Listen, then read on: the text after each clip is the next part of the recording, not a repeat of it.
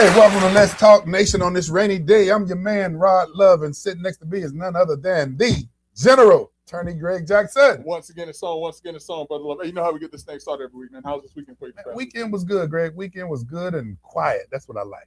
Quiet? How was it quiet? Something was going on this weekend. So wasn't no fireworks going up this weekend. Right, no fireworks. Nothing to cheer about with the World Cup. No, yeah.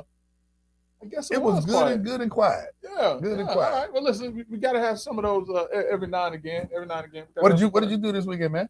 So nothing really, man. That's what I'm saying. It was kind of quiet. I was trying to figure out, what was going on to make it so quiet. Y'all believe Greg. Greg at home doing one-arm push-ups. That's what you're doing. But what else is going on, man? Man, not too much, but I forgot to do this last week, so I got to get it. I got to get it in like right now. You're tuned in to two of the most influential voices in Central Florida. Monday night podcast, Brother Love and Greg Jackson, the dynamic duo. And on some nights, but just not tonight, we also have the third member. I started to say something. The third member of the crew, Doc Polite, who is, he's out on sick leave, although there is no sick leave on Let's Talk Nation. But if you want to be a part of the night show, all you got to do is hit 407-921-6195 or use those Twitter fingers, those Facebook fingers, and join us on Facebook. Brother Love, Greg Jackson, the dynamic duo. Brother Love, let's get it on. All right, man. Greg, man, so many things that are going on, man. I tell you, our punch sheet for the night is very interesting. And, Greg, I hope you don't mind, man, but, man, I got to kind of jump into all the nonsense that was going on, man, over this weekend, man. Did we leave anybody out yet? But no, we haven't. Because this nonsense that we about to talk about. Yeah, we ain't left anybody out yet. But, one thing, the Charlie Kirk killer. What happened? He's having his preliminary hearings to determine if they're going to charge him or move forward. His roommate actually testified in court against him this past week, and it looks like they're probably going to be moving forward. In the state where this shooting occurred, though, the judge isn't going to rush to say whether or not there's enough evidence. He's going to let everything in so he doesn't tip his hand. But it appears that trial is going to go forward against this person. Exactly what charges? I mean, aside from murder. Whatever it is, the equivalent is in that state is what he's going to be charged. So with that, Brother Jackson, we're talking about high-profile cases, but here's a case that we haven't heard much of anymore, and that is the case. And I don't know, Greg, is his name Luigiani? So it was some news on that about 2 or 3 weeks ago. Mm-hmm. The guy who killed the CEO of United Healthcare. Yeah. He's also in trial around this time. Also, his lawyers are trying to. Matter of fact, they pulled this one move to where I believe they said that they're not going to plead the insanity plea. Because what that does is, I think that prevents the other side from using psychiatric records or certain things that were written that may, give some insight into his mental well-being. And I think that's what I heard. And so that's another trial that's kind of interesting. But the craziest, and you being an attorney, here's something that really has amazed me. Yeah. The craziness behind that case, Greg, is that this guy is actually getting some empathy from people when you look at he took the life of an insurance executive, and now you also see him gaining some kind of absurd celebrity kind of status. Let's say it like this. People have been stupid for a long time. And I'm going to say this, all right? And this is me saying it. Women have been stupid for a long time over bad boys. I mean, don't forget Scott Peterson. I don't know if you remember Scott Peterson who killed his wife who was pregnant. He became somewhat of a celebrity. I don't want to get him a second. The young man who killed those, the Sandy Hook killer, he became like a heartthrob to certain young women. Charles Manson, I think he actually had marriage proposals while he was in prison after he killed Sharon Tate and those other individuals through the Manson family. And now this guy, Luigi Mangione, whatever his name, Luigi Mangione. Now he's getting the attention, he's so good looking, he shouldn't be this and this. Listen, if women are that desperate to be with somebody, don't let people know just how desperate you are, because that makes absolutely no sense. Somebody who took a life. Yeah, listen, I mean, that's just like, if somebody, if a woman killed her children and all of a sudden men were sending her money and talking about, she's hot and all of this other stuff, it would absurd. Be equally disgusting. But so that that's going on. But Greg, I hadn't seen anything like and I'm not moving in the direction, man, talk about anybody's guilt, but man, what's taking place in Maine? Well, but love this is this is that flip into politics real quick. And I don't know if folks have been following this, but there has been a very interesting, contentious race that was going on in Maine for the U.S. Senate. They actually had an established Democrat candidate that was running against. Is he really a Democrat though? Well, no, he was running against this lesser known candidate, the lesser known candidate by the name of Grant Planter. Grant Planter actually won the primary, and he was going to be the savior of the Maine party, the Democratic Party, and he was going to whip Susan Collins, who has not lost an election, I don't know how many years, but he was going to whip her and become the Democrat senator out of Maine. Problem is, Brother Love, in addition to not being skilled and not being experienced in politics, this is a guy who's walking around with a Nazi swastika tattoo on his body, and so I don't understand how he even got there. Yeah. The other thing too is that in addition to that and not being very skilled, apparently he has a history of assaulting women and women that he's dated, and there was one such report when he first won the primary election, and they swept that under the rug. But then you started hearing more, and it came to the point where they could not ignore it. So now, this past week, the Democratic Party in the state of Maine leaned on Mr. Planter, put some pressure on him. Did they lean on him, or did they put their foot on his throat? Listen, they put on his throat. Let's say what it is. To where he has now, what's the term? Suspended his campaign. The political terminology, but the way he did it, Greg. I mean, everybody was expecting him to do it earlier, and then he decided he wasn't going to do it till Monday. Well, one of the things is that as an outsider, because that in essence is what he was, and that is appealing to a lot of folks to say, hey, I'm an outsider. There's a commercial here in Orange County that's taking place for a House representative race, and this guy's touting himself as an outsider, and that's what people, they don't want the same old. But in touting himself, as an outsider, he was hoping that he could garner all of the support and all of these votes and things like that. And it's not going to work in this particular case. So, Greg, let me ask you this. And you're right. He has painted himself as this outsider. But, Greg, a lot of the folk that are running as Democrats now that are painting themselves as outsiders are coming forward and calling themselves the New York ones that we were just familiar with, call themselves Democratic Socialists. Yeah. Then you have another population of Democrats that call themselves progressives. Right. So what is he calling himself? I have no idea. I ain't gonna lie to you. I have no idea what he was calling himself. I'm gonna say he was between progressive and socialist. That's what I'm gonna say. And being in Maine, that's probably the best that he could. Probably in Maine, probably more along the Democratic Socialist arm of the party. So. But here's something interesting, Greg, and you're familiar with this guy because I know you've studied him. You mentioned his name on this show before, but Carville. James. James Carville.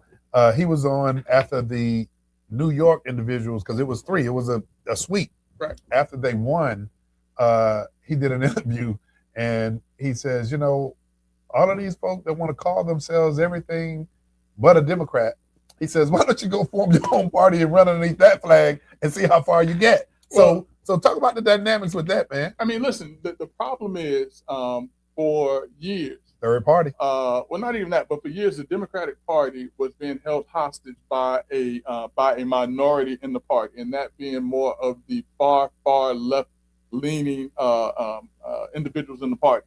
I mean, that's where you got your squads from, your AOCs, your Ilmars, and things of that nature. And so what we found in the last election and in other elections prior to that is that most Americans are kind of, middle of the road. And, most Americans don't agree with these loud voices, albeit minor voices in the Democratic Party. And it's starting to hurt the Democratic Party because now no one really knows who's leading the party. Is it, the ones who want to work to try to get things done, or is it this one segment of the party that's just loud and wrong on so many issues? And I'm glad you said it like that. I'm glad you framed it up like that. But here's what I want to ask you, Greg. And I love how you painted this picture, so I can just come in, put a couple of strokes on this painting. Put some brush strokes on but that you mentioned AOC. Yeah. And AOC and that group became popular because everybody said, man, look how left it's going. Yeah. But now you have these other folk, Greg, that have gone even further left than the AOCs. Which is hard to believe. It's hard to believe. But they're doing it. But they're doing it. But here's the thing, man. At some point in time, Greg, when do the constituents that vote on these folk come to terms with believing what's believable?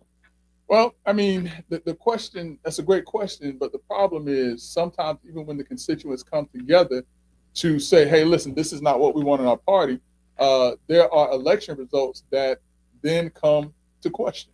Look at what happened out in California, where you had the Republican who was leading by 50,000 votes, and then a couple of weeks later, while they're still counting votes, he's down by 10,000 votes. Mm-hmm. And, people are saying, where are these votes coming from and all the other things. And so I think that, for the most part, that there are a lot of folks out there who are saying, this is not what we believe. This is not the direction that we want our party to go in.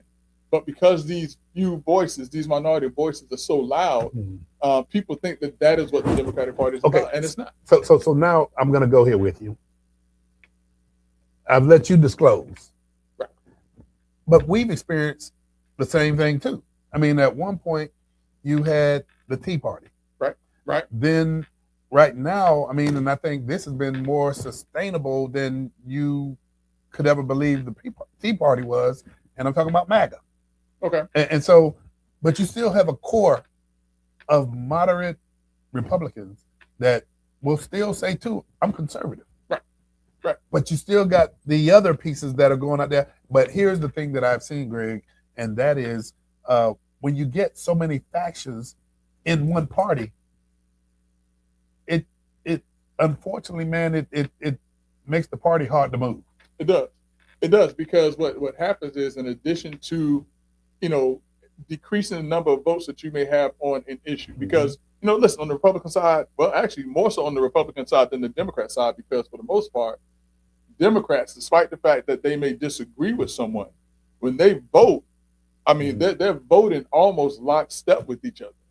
No matter how much it may not align with what their constituents want or what they actually believe, they will stay lockstep with the party. But we've seen, with the Susan Collins and with the Rand Pauls and all that, they have no issue, no problem on the Republican side saying, listen, that ain't what we're going for. I mean, look at what they did to former almost Speaker of the House, Jeffries. Yeah. And that's how we have Mike Johnson, Speaker of the House, who I think is doing actually a pretty good job. But Jeffries was the projected Speaker of the House until people said we can't agree with some of the things you're saying. You know something, man? I was just thinking as you were saying that, we got our Mike Johnson, who's the Speaker in Washington, and then we got our Mac Johnson, who's the CRA director for the time. Hey, we got our Mike Johnson. Right. But Greg, here's something I'll ask you, if you would, man, because we got a call coming in at about 7:15, 7:16. Yep. But before we get that call, can you take people to school? And this applies to both parties, Republicans and Democrats. Can you take people to school on letting them know what's the job of the whip? So the job of the whip is to serve as a guide of the party. They're the ones who are supposed to be the voice of those who are the voice of the people. And when there are issues that should be pushed through the party, they're the ones that are the liaison between the other members and say, hey, listen, this is important. We need to get this issue passed. They got that title for a reason. Right. But yeah, the whip for a reason. Right. But the problem is, sometimes the whip is not effective. And Mike Johnson has had his challenges, but I think that he has done a very good job with holding the Republican Party together on the House side. Because you got so many splinter groups that's coming out now. Yeah, and I mean, listen, he'll call them back. They'll stay late nights and they'll work through things to where if it has to get done, I've seen some great successes with Mike Johnson as a speaker in the House. Greg, a lot of people don't realize it is the art of negotiations, the art of compromise. You don't see a whole lot of the compromise because you hear more about the negotiations, but there's compromise in there too. You have the different factions that they say, okay, our chamber will go along if we get this. Right. And this starts out like that, but then the negotiation of it will bring it down. Right.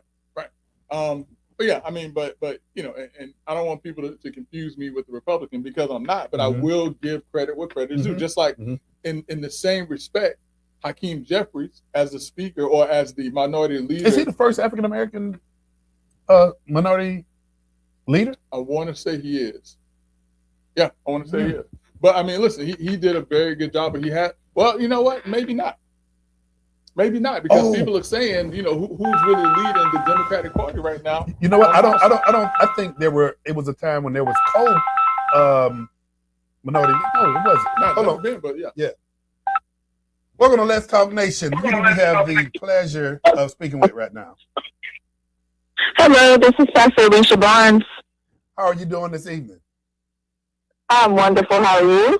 Doing great. Hey, but see, she says, just, you know, this Pastor Alicia Barnes, she don't hype it up. That's with right. the Experience Christian Center with their leading bishop. She got to work on that. You have to work on that, Pastor. Yeah. We got to work on that. Come on, we gonna hang up and do this. I didn't hype it up. Well, I'm sorry. I'm so sorry. I know you've been in a retreat, and I know they've probably been taking your energy, but you know, the General and I, we love what y'all doing over there at ECC. You know, we love the leadership over there, Pastor Bishop Derek McCrae. So you guys got something coming up this weekend, right? Yes, and I do want to say, I want to shout out the Experience Christian Center under Bishop Derek L. McCrae, who is one of the best pastors on this side of heaven. It is absolutely an honor to serve not only him, but the kingdom and the community. We have Season's Blessings that is coming up on this Saturday, July 18th. We are kicking off at 9:03 a.m. And this is an opportunity for us to serve the community in every capacity possible. So, Bishop McCrae said something maybe like 5 or 6 years ago, and it has always stuck with me. But he said you have churches in the community, and then you have community churches. And since that day when he said it, I have always seen Experience Christian Church as a community church with everything that you all are doing in the community and have done. You all have led on so many different fronts that it is, you know, absolutely, you know, honor and a pleasure to see that you all are continuing to work not only of the community but of the kingdom. Absolutely. And our number one goal is to meet the need of the community, no matter what church you're a part of, no denomination, there's no religious barrier, nothing that can keep us from lending our resources to make sure the community is better. Well, I got to tell you, Bishop has a lot of talent over there. And I met Ms. Barnes some years back. She was the author of one of the programs, community-based programs that ECC was doing. But Pastor Barnes, tell us about Season Blessings, where it's going to take place at. You've already given us the time. But before you do that, let me express this to you on behalf of the General and I and the entire staff of Let's Talk Nation. We are humbled that y'all saw fit to invite us to participate in Season Blessings. And if you would, just kind of lay out what's going to be taking place. Absolutely. So we are coming together, and you can consider this the biggest health fair community day that you could imagine. We have bounce houses for the kids. We're going to have activities. We're going to have DJ. We're going to have some dancers, some line dances, some entertainment. We also are giving away gently used clothes and shoes. We are also going to feature an area called our community baby shower area, where we will be giving away baby boxes that have been donated to us in partnership with Walmart. And there's some both starter packets for the new moms out there. It could be a new single dad as well. We also are going to make sure that we have hot food, fresh produce, and then we'll have access to community resources. So Florida Blue is partnering with us. Advent Health, shout out to Advent Health and Light Orlando, powered by Akahan. They are sponsoring free mammograms, okay? Wow. Free mammograms. If you are a woman over the age of 40, go to eccorlando.com and get your appointment slot. They are giving away free mammograms. No catch, it's free. So if you're over the age of 40, please sign up. If you are unable to pre-register, they are taking on the spot appointments. But we want to make sure that everyone's health is first. We have Walmart also giving us some vision and hearing screenings. We'll have people out there taking blood pressures. We have partners like Orange Blossom Health that'll be out there with us as well. But we want to make sure that we are providing as many resources as possible, and everything is 100% free. We're also raffling off some bikes, and we're also raffling off some gift cards. Wow. You know, we talked about what you all are doing in the community. Let me lay this on you, and you please manage this as you see fit. But the Florida Economic Consortium, its initiative called Life in Balance, which deals with health education workshops dealing with diabetes, high blood pressure, and high cholesterol. We want to donate 10 of those glucose machines to your event. So you let us know how you all want to put that into play. But we want to donate those 10 glucose machines to you as well. Well, thank you so much. And we definitely appreciate it. Health is wealth, and we want to make sure we can give people as many resources as possible. So thank you so much for that donation. Hey, you're very welcome. So this is going to be the location again. Yeah, the location. It is going to be at the Jackson Center, downtown Orlando. Okay, so this is indoors. Yeah. Indoors and outdoors. So we outside. got the bounce houses too. Yes, we're taking over the field outside. But let me ask this, and Brother Jackson, this is something that I heard, and I want to make sure that I'm accurate. Yeah. But you all, because we're in that season, and that season that I'm talking about is the season where the people get to pick who's going to represent them. And because we're in that season, ECC also does something unique, and that is extending an invitation to those folk who say they want to represent. But, you know, me and Brother Jackson and I, we got this thing. We've been doing this over 9 years now. Yeah. And Brother Jackson, we give people the opportunity to come on here to tell the people what they're all about. Or we could do what, Greg? Oh, we can paint the picture. I don't know if they want to. So you all are going to have some individuals running for office in attendance, right? Yes, we have individuals who are running for office in attendance. They also will be able to be featured on your show as well on that day as well. But they will be on stage to tell us what they're running for. We want to make sure that our community is educated, and that we're not only educated, but we're actually getting out there to vote. We have to vote. Right. Man, I tell you, hey, some of the hottest things that are taking place, and when I say hottest things, I'm talking about the type of positions that are up for election. Will you all have any of the individuals that's running for Orange County Mayor in attendance? Yes, we will. Okay, what about those commission seats? Yes, we have those running for commissioner seats. We also have some running for positions like the judge seats as well. So we have a nice little diverse group of open seats that will be represented that day as well. Man, this is going to be exciting. Hey, I think you all are doing an excellent job. And please, anytime you need Greg and myself, Let's Talk Nation, don't hesitate to reach out, because I think what you all are doing can actually continue to push the community forward. Absolutely. Well, thank you all so much for your time, and we hope to get a lot of participation on Saturday. Come out and join us. We are prepared to serve you all. Hey, Pastor Barnes with the Experience Christian Church or Christian Center? It's Center. It is. Go ahead, tell us. The Experience Christian Center. Center, okay. Hey, continue the great work that you're doing over there, and look forward to seeing y'all on Saturday. And once again, we got to give a shout out to your Bishop Derek McCrae. Keep doing the work that y'all are doing. Thank you for joining us. Thank you so much. All righty, you take care. All right, bye-bye. Bye-bye. So for the love of talking about, the upcoming elections, man, let's talk about the races that are on the ballot for Orange County. Okay.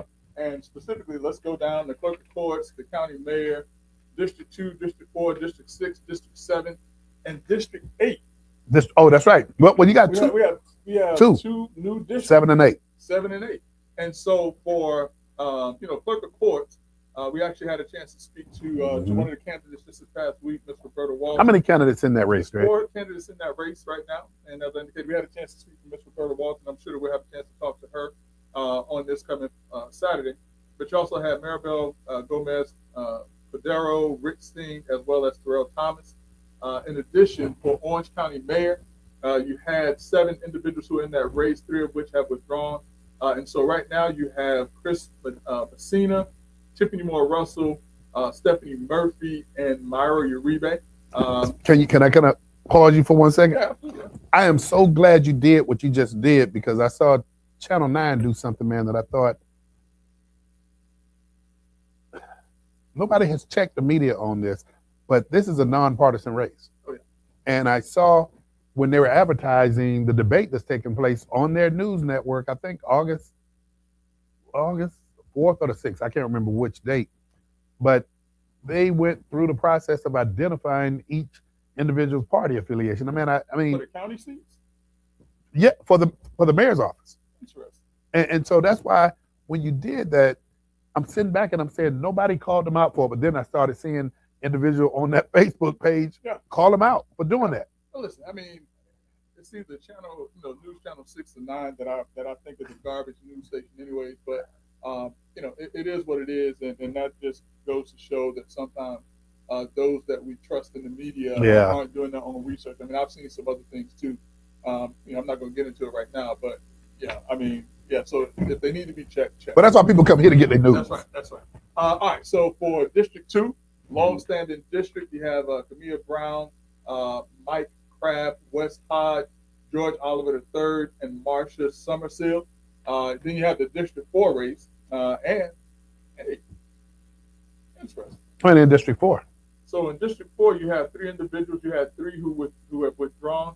You have Isabel Arthur, who qualified as a write-in candidate.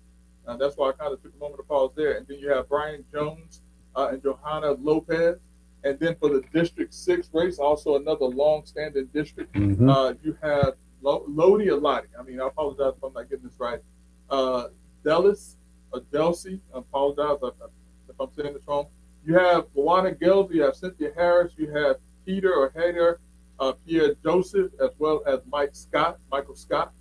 Oh, all of those have qualified, Greg. Yeah, everyone have qualified. So let's talk about this District 7 race. All right. Okay, you had about 15 people. Wait. Okay. You gotta give me a moment now. 1, 2, 3, 4, 5, 6, 7, 8, 9, 10, 11, 12, 13, 14, 15, 16, 17 individuals who are in that race, 4 of which either did not qualify or withdrew, meaning that you have 13 individuals in this district. Now listen, brother. I ran for public office, right? And when it was 7 of us in the race, we thought that was too much. Man, yeah. We thought that was a bit too much. But 13 individuals. Listen, I'm going to say this. Anyone who throws a hat in the ring to say, hey, I want to serve the community is great. But sometimes you got to look at things and say, you know what? Maybe I'll get behind somebody or support somebody on this. But listen, everyone has. Think about how many ways that pie is going to be sliced 13 ways. Well, I mean, I'm looking at the money that's been raised, and that pie ain't going to be cut in too many ways. But there are some people that's raising some decent money on this. And listen, the reason I talk about money is because money is the lifeblood of campaigns. And while they're having some races, because we talked about this. I mean, you talk about Siegel and Teresa Jacobs. And back when they ran, I believe Siegel raised $1.5 million, Jacobs raised $500,000, something like that, and she still won the race. So, I mean, the person who raises the most money does not always win. And so I say that to say that I see some people raising some decent money, but that's not to say that you put too much into it. But in that District 7 race, Brother Love, let me. I wish I had something to sip on and a little something to nip on while I said this, because it's going to take me a while. But you have Selena Carter. Oh, Shannon Curry. She was on the show. She came to talk to us. Nate Douglas. Shakaya Fillmore. Angie Gardner. Deidre Graybill. Rashida Doris Jones. Gloria Joyner. Aaron Emmanuel Lewis. Zach Moldoff. Patricia Rump. Beryl Thompson McClary. And Vicky Bargo. And, typically, Brother Love, I say, hey, if anybody wants to talk to us, give us a call. Y'all decide. Listen, let's talk nation decide who they want us to talk to. Yeah. There's a lot of folks. Tough that out and come see us, because, Greg, it's going to be a runoff. Yeah. Yeah, and so, oh wow, that's interesting. I'll talk about that in a second. So then you have the District 8 race, and that's another new district. But in that district, you have 6 people, which for a brand new district, that's not bad. But oh wow, you got some interesting names here. So Greg, out of District 8, yeah, did anybody withdraw in that process? Nobody's withdrawn. But some names that you may recognize. I know a couple that I recognize. You have Isaiah Anderson, Tatiana Fernandez, George Haas, Jeanette Hernandez, Julio Rocha, as well as former state representative, and I want to say state senator also, Victor Torres. Okay. And so, that rounds out the District 8. Now, the one thing that gave me a moment of pause, Brother Love, is that I'm looking at the school board chair race, and there was a young man that came and sat down and talked to us who was in that race, Mike Armbruster. And I'm seeing here that he has withdrawn from that race. So that is going to be a 2-person race for the Orange County School Board, Alicia Ferrant, and Angie Gallo. So Greg, in that situation, is the one who gets the majority of the vote in that 2-person? Yeah. Okay. Now, if I recall correctly, and if I'm wrong on this, somebody please tap my shoulder and let me know this, but I believe it was Alicia Ferrant who, when Eatonville was having a discussion about the Hungerford property back in August and September 2025, she made a comment that I thought was a bit insensitive, as well as a bit offensive about the town of Eatonville always having its hand out or something like that. Now, it may not have been her, but I know that she didn't vote in favor of Eatonville being able to at least bid on that project, as all of the school board members. Also, she's a sitting school board member. I remember, right? Okay. Yeah, and none of them really stood up for Eatonville getting that property, or at least being able to bid on that property, or pausing what's taking place. I don't have a position in that. I just went to the meeting and I just found that very interesting. Some comments made about one of the, if not the oldest chartered African American municipality in the country having a handout, and that bothered me. And it may not have been, Ms. Ferrant, it may not have been Gallo, but it was one of those school board members. I'm gonna go back and I'm gonna watch. I wish I would have seen it before I came home, because I shouldn't have said it. But it's very disappointing for a sitting school board member to say that about the oldest African American charter municipality that is situated right here in Central Florida, in the Orange County area. And if that is the person that is looking to lead the district, that is a very sad day, in my opinion, for Orange County. And Greg, that just reminds me of a Maya Angelou quote. And man, people never remember all the different things that, the words of exchange. They never remember that, but the one thing they will always remember is how they made you feel. Right. And so that looks like something that just really stuck with you. I mean, yeah, it did.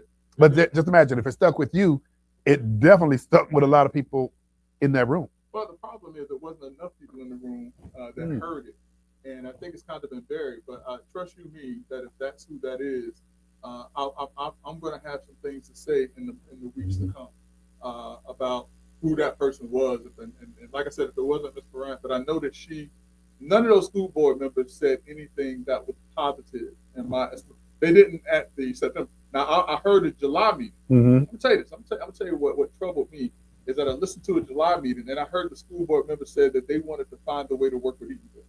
And then there was some type of talk, some type of meeting that took place, and in September and August of 2025, their whole attitude changed. And if that's how elected officials treat other municipalities or elected municipalities on their own soil, again, I say that is a very sad thing. That's great. So, Brother Jackson, let me ask just one question, man, and we can move forward or not. What is the last status update? Because I think the last thing I saw was Dr. Phillips' involvement or engagement on the, I guess, the purchase or negotiating. Is that continuing to go in that direction last you heard? So my understanding is that they signed an MOU for Dr. Phillips to purchase the property from OUC. Since that time, the Southern Poverty Law Center, on behalf of Preserving Eatonville Communities, I believe it is, has filed a lawsuit asserting that the school board violated Florida Sunshine Law.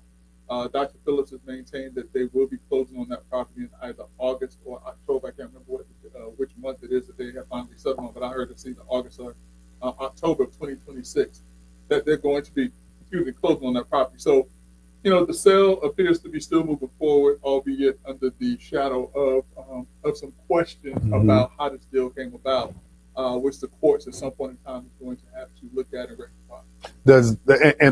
And let me separate a couple of things here too, Greg. Will that bring revenue into the town of Eatonville?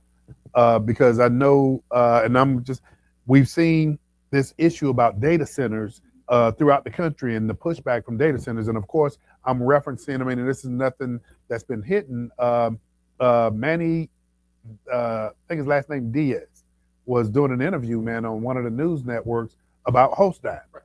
And, that's a private company that when you look at the value of the property, the town should be getting a check, property value check. So would the same thing occur with and is Dr. Phillips a for-profit or a not-for-profit? So Dr. Phillips is a not-for-profit organization. Some of the projects that they have indicated they are going to place in the town of Eatonville do not appear to be tax-generating businesses and entities. However, they do have, because they got a sweetheart deal that they're getting over 100 acres for $2 million. Now, granted, or actually $1 million because there's some forgiveness of some of that money in there. But granted, some of that property is not all usable. It's like wetlands and things like that. But they got a good chunk of property for $1 million in the town of Eatonville. For $1 million? For $1 million. Listen, man, they got a sweetheart deal. I can't leave it at that.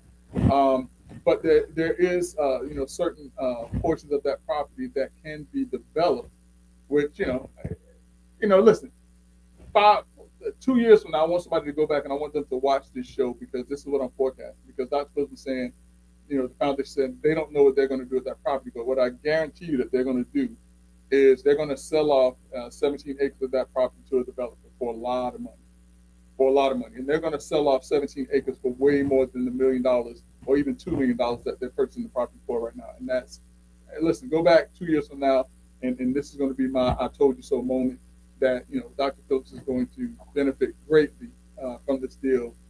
Whereas, hopefully the town of Eatonville gets some development where they get some tax revenue, but this could have certainly been a circumstance in the situation when the town of Eatonville could have. Who held the property? That was the school board, right?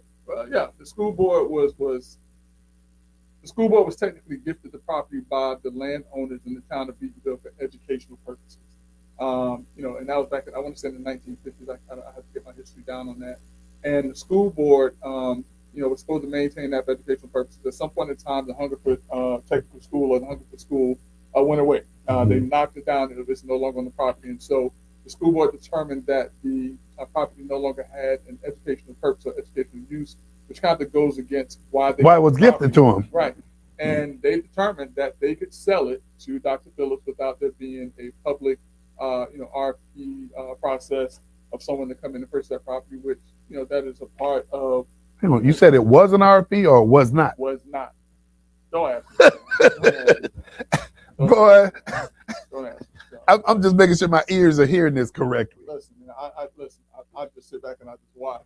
I have no dog in that fight, aside from the fact that I am asked questions about certain things. I can only give my honest opinion on things. But, listen, the town of Eatonville, if they can benefit from Dr. Phillips being there, great. If this is going to be a hindrance on the town, then something needs to be done. Either way it goes, that's up to the town of Eatonville, Dr. Phillips Foundation, and the school board. Up to the town. And I'm going to say this, Greg, and we can move on. But up to the town, but leadership. And I'm hearing a lot of great things about the mayor of the town of Eatonville, Mayor Ruth. Hey, Greg, I'm hearing a lot of great things, man. So listen, she's a rattler. She's a rattler. And listen, I'm gonna say she's a rattler. And so that they're. Don't be surprised by nothing you hear because when she comes from good stock, also her dad, a strong leader in that community, Pastor Critton. But Ruthie, went to school on the highest of 7 hills in Tallahassee, Florida, and Rattler, go Rattlers. And she is doing. Listen, she's doing some things that a first-time mayor should not be able to do. I'm hearing, and I'm gonna just tell you this, Greg. I'm hearing that she is putting things on a level when you look at economic engines starting to crank up. She's smart. I mean, listen, she and I don't always see eye to eye, and I hope she sees this. I hope she sees this. And I hope somebody calls and say, he was talking about it. Yes, I am. We don't always see eye to eye, but we respect each other. And we have a type of relationship where we can actually pick up the phone and talk about our disagreements. And that's what I respect about her, is that anyone, she's willing to engage in conversations with anyone. She kind of reminds me of Mayor Nelson. Over in Brian Nelson. Yeah. To where she's willing to have those tough conversations. And so she's doing some great things over there. She and I are not always going to agree on things, but when we do, we're popping. We're popping when we see eye to eye, but when we're not, we're still popping. So. Well, Mayor Ruthie, Let's Talk Nation is always open. The invitation will always be there for you. Please come on the show. Let's have a conversation. Absolutely. Greg, something else, man, that because I don't want us to run out of time. Greg, can you speak a little bit on the passing of United States Senator Lindsey Graham? So you want to talk about that before we talk about the U.S.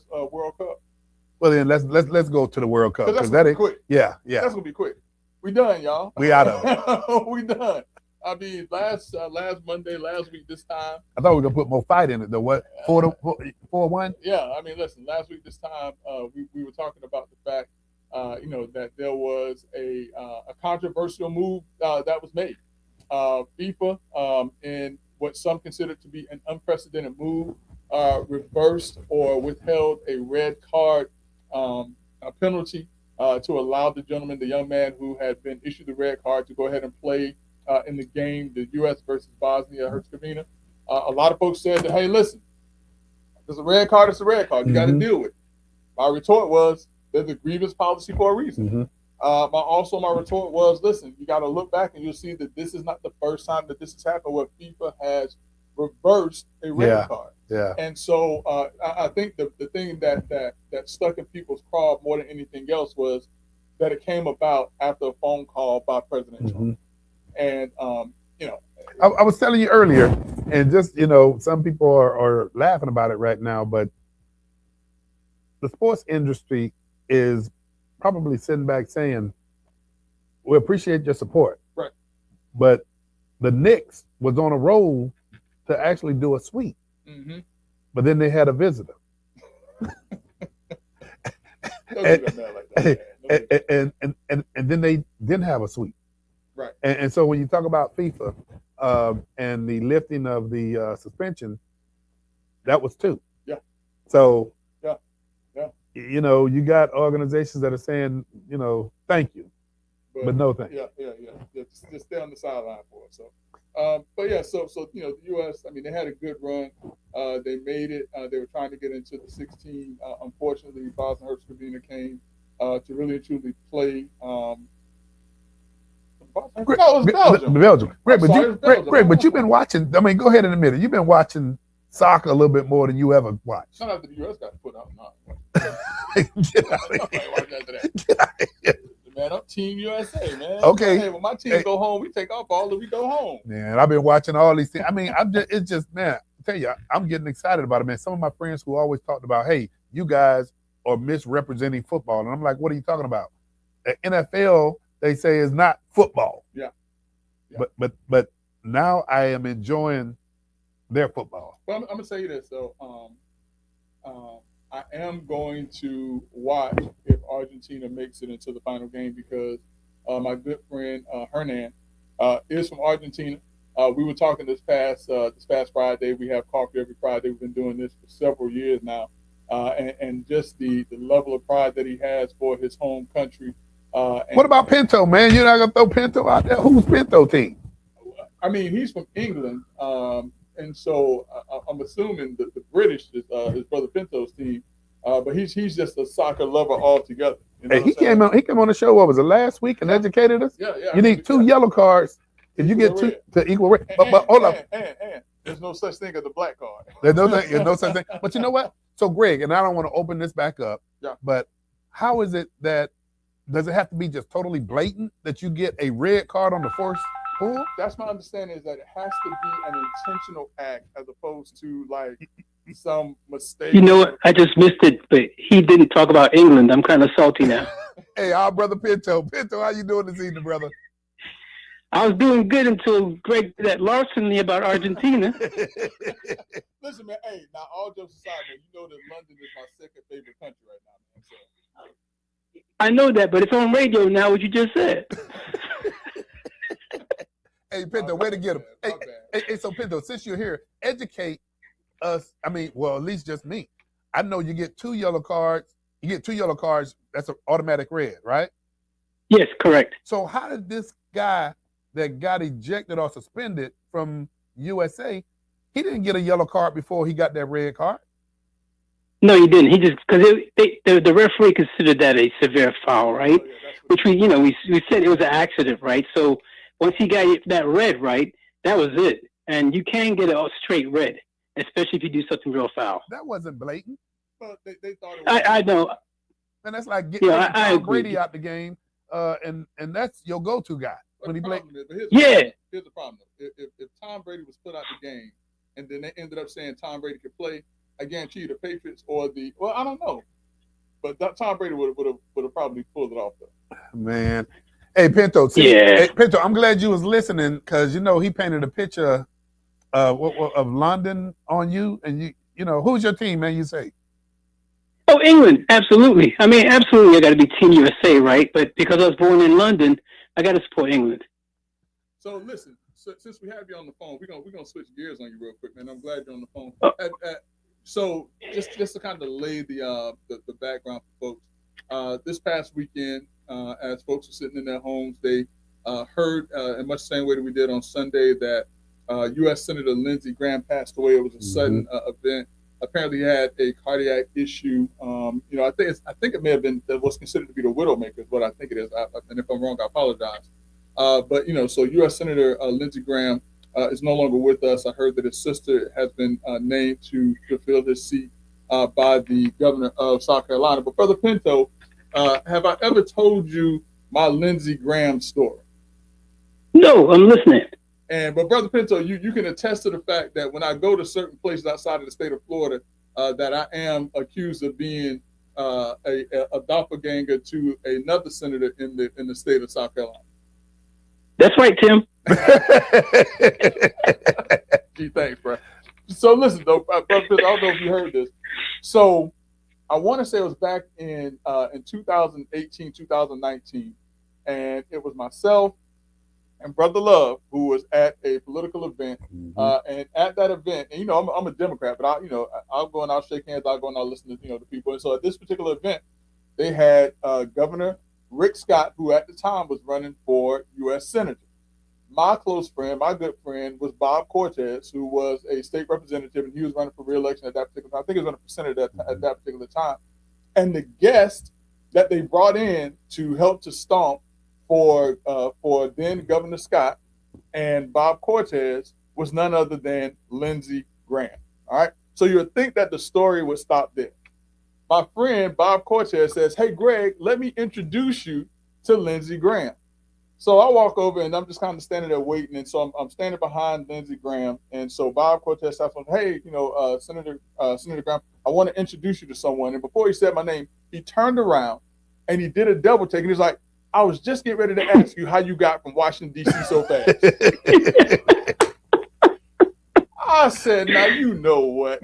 Now I'm legit. If Lindsey Graham thought that I was Tim Scott, then I'm legit now." Greg, hey, but yes. Everybody says that's your doppelganger right there, man. Listen, man, I agree. Hey, man, I thought we was friends. You thought I agreed. That's a Freudian slip. That's a Freudian slip. But man, hey, Pinto, man, we got a lot of work to do, man, and we appreciate you being in the trenches with us, brother. I appreciate you guys. Have a good evening, okay? Have a good one. Take care. So yeah, man. So that was my Lindsey Graham story. That I thought I told more people about it. I tell them also about the story when I was in South Carolina. So I go to South Carolina, not as much as I used to, but I used to go to South Carolina quite a bit because we would go to Hilton Head for like Thanksgiving, or we would go to the Montage that's over there. We also went to Charleston one year after Dylan Ruth had shot the folks at the church, Mother Emanuel Church, and my wife and I were sitting on a trolley and there are these two older ladies that are sitting on the trolley, and you kind of see them like whispering to each other. So finally, one of them finally says, "Are you Senator Tim Scott?" So I said, "No." I said, "I get it all the time." She's like, "No, you are you?" They were gonna make you be Tim Scott.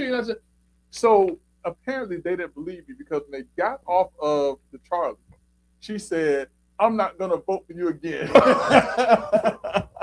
But you know what, Greg? I think years ago, Doc Polite put you up next to side by side of you and Tim Scott. I mean, listen, we got to find that. At a quick glance, I will say, at a quick glance, because he wears the suits, the navy blue suits. I mean, at a quick glance, if I look real quick, I'm like, okay, that almost got it. But if you look for a few seconds, man, people don't look for that long. Yeah, it goes away. Those are glasses. Yeah. Greg, something else. I mean, the death of Nolan Wells. Man, this is a sad story, brother. Mm-hmm. It's a sad story. So I don't know if folks have been watching this particular story, but there was this young man, African-American young man. I want to say he was 17 years old, 16, 17 years old. And over the 4th of July weekend, I want to say that he went out with some of his friends, some white kids, their families. They went on some type of boat trip, Brother Love, and they came back. And he didn't. And Nolan Wells did not. And so, like last week, they found a body. They found his body, and they determined that Nolan Wells. I don't know what they determined at this point. Well, they found his phone at one of the homes of the young man that he was out on the boat with. See, I didn't hear that part. Yeah, I didn't hear that part. But you and I also know, and we're familiar, and he's been on our show before. Famous civil rights attorney Ben Crump is represent. Yeah. And I mean, this is a sad story because, and it particularly hit home for me as a parent. And it also hit home for me as African American, as a parent of African American males. Despite how far we have come in this world, Black males are still, to an extent, at risk.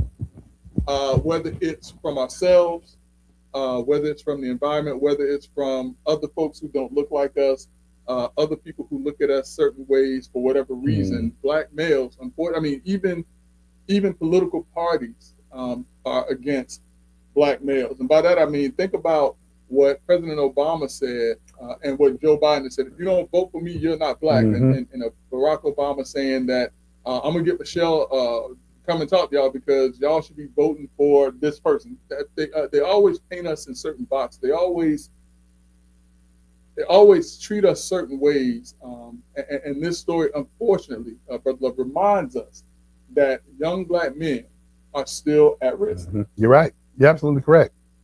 But, Greg, this story is still unfolding, man. And so we're going to keep following it, man, to see where it leads us, man. I mean, listen, I'm going to say that I hope truth prevails. That if something untoward was done, that the people who did this, that they fully pay the price. If nothing was done untoward, I don't wish ill to anyone. But if something happened to this young man, where he was taken from his family, taken from his parents, taken from his friends, taken off of this earth, because my understanding is that he had a bright future ahead of him. And if that has happened, and some individuals are responsible for that, they need to be held fully responsible. And if anyone is withholding information, parent or child or otherwise, anyone who's withholding information, they need to deal with the consequences severely. Greg, I don't think this story's over yet, so I think it's going to be more to come. Yeah. Hey. Well, and with Ben Crump on the case, I'm sure that they're going to be some answers. Correct. Greg, I hate to switch gears like this, but there was something that last week you started to allude to go to, and then I know you got a couple of folk that you've been talking with, and they've been going back and forth on this pastor. And he said, what did he say about America? Listen, this is one of those nights when Dr. Light, we should have denied his sick leave pass. We should have denied his, because he could have played the video for us, so we could have actually heard this. But there is a pastor who has said that America is not a Christian nation, and you, Doc, and myself, we kind of kicked it around for a little bit, and we had our discussions internally about it. and we decided we ain't gonna touch that. We're gonna leave it where it is because that is a hot topic. Well, tonight, as I'm pulling into the parking lot to start the show, I see my emails, my text messages, excuse me, and I see that two of my good friends have engaged in this conversation about this pastor who has said that America is not a Christian nation. And so it just kind of forced me, we came in, and it kind of forced me to sit down and say, you know what, maybe that is the topic, that we should at least in part address, see if there's anyone who agrees, disagrees, the reasons why they do, the reasons why they don't, because people have feelings about this. You're right. My thought process on it is that America is a Christian nation. It was built on the principles of Christianity, unlike any other nation. And so, I would be very interested. And listen, I'm not going to tell anybody how to think about this or how they view it. That's how I see it. Yeah. And for anybody who is viewing this right now, and you got some thoughts on it, and you can call in, say your name or not, but that phone number is 407-921-6195. Listen, if they call them now, they're gonna have 30 seconds or less. They're gonna have 30 seconds or less. They're gonna have 30 seconds or less. The other thing too, Brother Love, Conor McGregor. Oh yeah. I don't know if we have any combat sports fans, any boxing MMA fans, which apparently to say boxing and MMA in the same sentence is sacrilegious. Although you do have a boxer, Shakur Stevens, who is now signed to I think Dana White's boxing promotion or something like that. I think I heard that. But Conor McGregor, who was probably touted as, and I had to correct somebody on this because they're like, oh yeah, he's one of the greatest MMA fighters to ever live. And I was like, no. That distinction of the greatest, or one of the greatest, the greatest MMA fighters, I mean, Chuck Liddell is in the conversation, obviously, goes to John Jones. John Bones Jones is, I know the name, the greatest MMA fighter of all time. And I'm gonna leave it at that. And I have to show somebody that. So look it up if you want to know who he is. John Jones, bad man. He's a bad man. But Conor McGregor, to his credit, Conor McGregor made MMA more of a household cross the aisle type of sport. He was one of the first, MMA fighters to step into the boxing ring in a legitimate fight against Floyd Mayweather, and I think he made $100 million in that venture fighting a boxer. Because listen, I don't care what you say about boxing, about which sport is this. The ones who getting the real dough. The boxers are really getting the dough. Yeah. MMA fighters, for all of their skills and things like that, I think that they are sorely underpaid. So, Greg, two things with Conor McGregor. How long did he last? So let's talk about this. So Conor McGregor, I mean, listen, he has had a streak of some defeat, and so this was touted as his great comeback. You see him, he's working out, he's ready, and he steps into the ring that night, and within 69 seconds, the fight was stopped, but not in favor of Conor McGregor. Apparently, during his first real kick that he went to throw, he blew out his knee and was unable to continue to fight. Now, some say that he injured his knee in that kick, which I find hard to believe for a trained fighter to go in and throw such a routine kick in such a fashion that they injured themselves doing that. And it happens. But a lot of folks have been pointing to, if you see Conor McGregor as he's walking to the cage, as he's preparing to go into the cage, that he's showing certain things to give some indication that he was injured already before he even walked into that cage. Well, sure, Greg, I don't know what the math is on this, but if you take $20 million, man, and you divide it by that 69 seconds in the ring, that's Greg, per second employee. Man, you could divide 29 seconds into 1 year. That's still more money than you can divide any kind of way you want. That's a lot of money. You ain't even got to put it per. But then you tell me Dana White retired him then, right? He retired himself. Okay. You know what I'm saying? Dana White basically has his contract, and Dana White can say, "I hold the rights to you being able to fight," because he had to give Conor McGregor permission to fight Floyd Mayweather. So he could not just go out as an individual, just like like John Jones, just like the gentleman who fought Anthony Joshua, who was an MMA fighter. They had to get permission from the UFC, from Dana White, to fight in a boxing match. And so if Conor McGregor says that he's going to do something, he has to have the permission of Dana White. Otherwise, Dana White can basically say, you're not going to do anything. So they in a sense, they own this. And Dana White get a piece of the action, too. Oh, yeah, he gets a lot more of the action than the fighter. All that TV money. Yeah, TV money.